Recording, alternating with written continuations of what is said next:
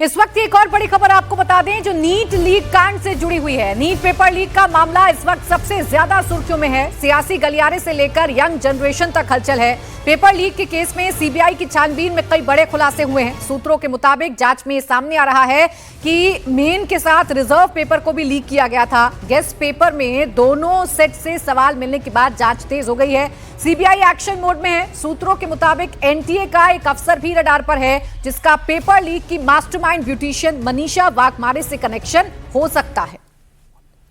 तो आइए आपको ये बताते हैं कि जो नीट का पेपर लीक हुआ है इसमें सीबीआई की जांच अभी तक कहां-कहां पहुंची है और एनटीए के एक अफसर के नाम को लेकर भी अब चर्चा की जा रही है कि क्या एनटीए की भी मिलीभगत है।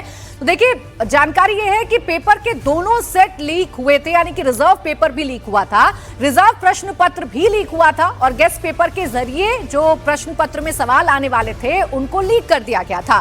पीवी कुलकर्णी ने गेस्ट पेपर बनाया था और मनीषा मंधारे ने गेस्ट पेपर बनाया था। स्पेशल क्लास में इनको रटवाया गया था। तो पूरे नेक्सस की तरह यह काम किया गया है जिससे बच्चों के भविष्य के साथ खिलवाड़ हुआ है।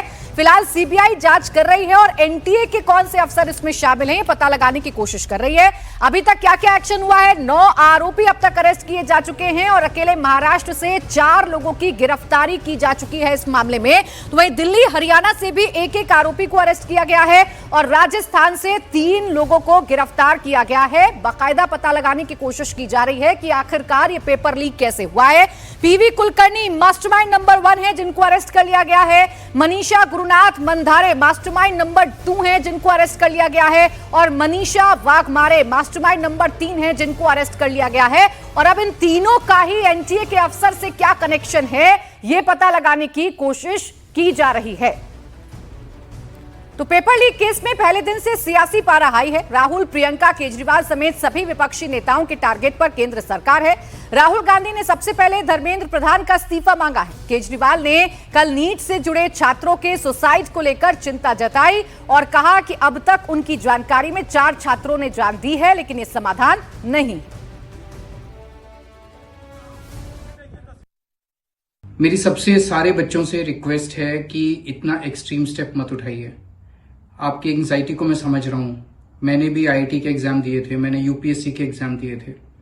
कितना स्ट्रेस के अंदर हम एग्जाम देते हैं, तैयारी करते हैं, पेपर दे के आते हैं और अगर पेपर कैंसिल हो जाए, मैं ये सोच रहा था कि अगर मेरे टाइम में पेपर कैंसिल हो जाता तो मुझ पे क्या गुजरती। लेकिन स्ट्रेस, सुइसाइड करना, इतना एक्सट्रीम स्टेप लेना, ये तो इसका समाधान नहीं है ना। हमें मिलकर इसका समाधान निकालना है।